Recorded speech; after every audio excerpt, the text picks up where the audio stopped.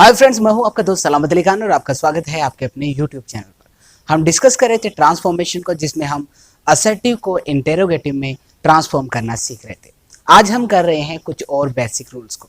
ध्यान रखिएगा, अगर किसी सेंटेंस का स्टार्ट एवरीथिंग से हो तो उसका इंटेरोगेटिव ट्रांसफॉर्मेशन व्हाट से स्टार्ट किया जाएगा। और पिछली वॉल्यूम में हमने देखा था कि अगर अफर्मेटिव है तो उसका ट्रांसफॉर्मेशन इंटेरोगेटिव नेगेटिव होगा, नेगेटिव है तो उसका सीधा इंटेरोगेटिव होगा।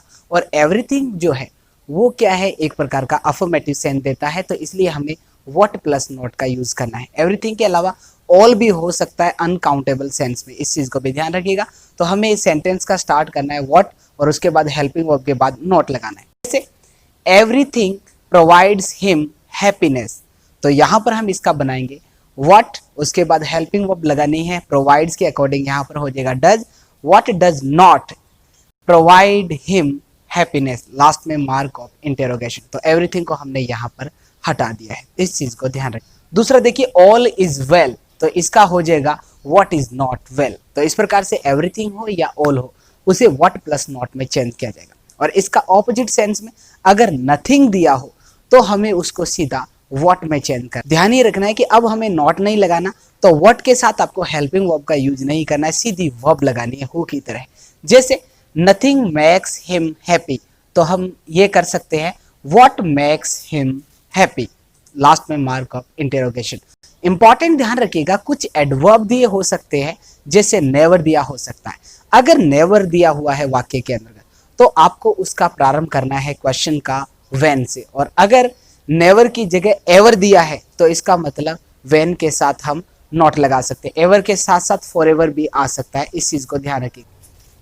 His glory can never fade, तो हम इसका बना देंगे, नेवर को हटा देंगे, सीधा हम लगा देंगे व्हेन, तो ये हो जाएगा when can his glory fade. तो इस चीज को आप ध्यान रखें। दूसरा, अगर एवरीवेयर दिया हो तो हमें इंटेरोगेटिव ट्रांसफॉर्मेशन में वेयर प्लस नॉट का यूज करना है, और अगर नो वेयर दिया हुआ है तो सीधा वेयर का यूज करना है। जैसे गॉड एग्जिस्ट एवरीवेयर, तो हम इसका बना सकते हैं where does God not exist, इस चीज को ध्यान रखिएगा।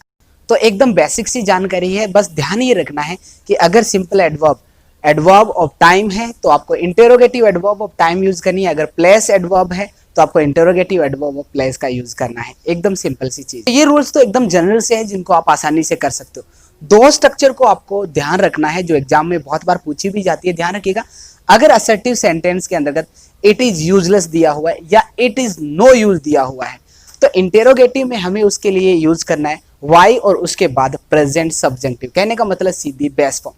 थोड़ा सा ध्यान ये रखना है, इट इज यूजलेस के बाद आपको इन्फिनेटिव का यूज करना है, और इट इज नो यूज के बाद आपको जेरेंट का यूज करना है। It is useless to run after money, और अगर यही होता नो यूज के सेंस में तो ये हो जाता it is no use running after money. तो ये है सिंपल सी स्ट्रक्चर।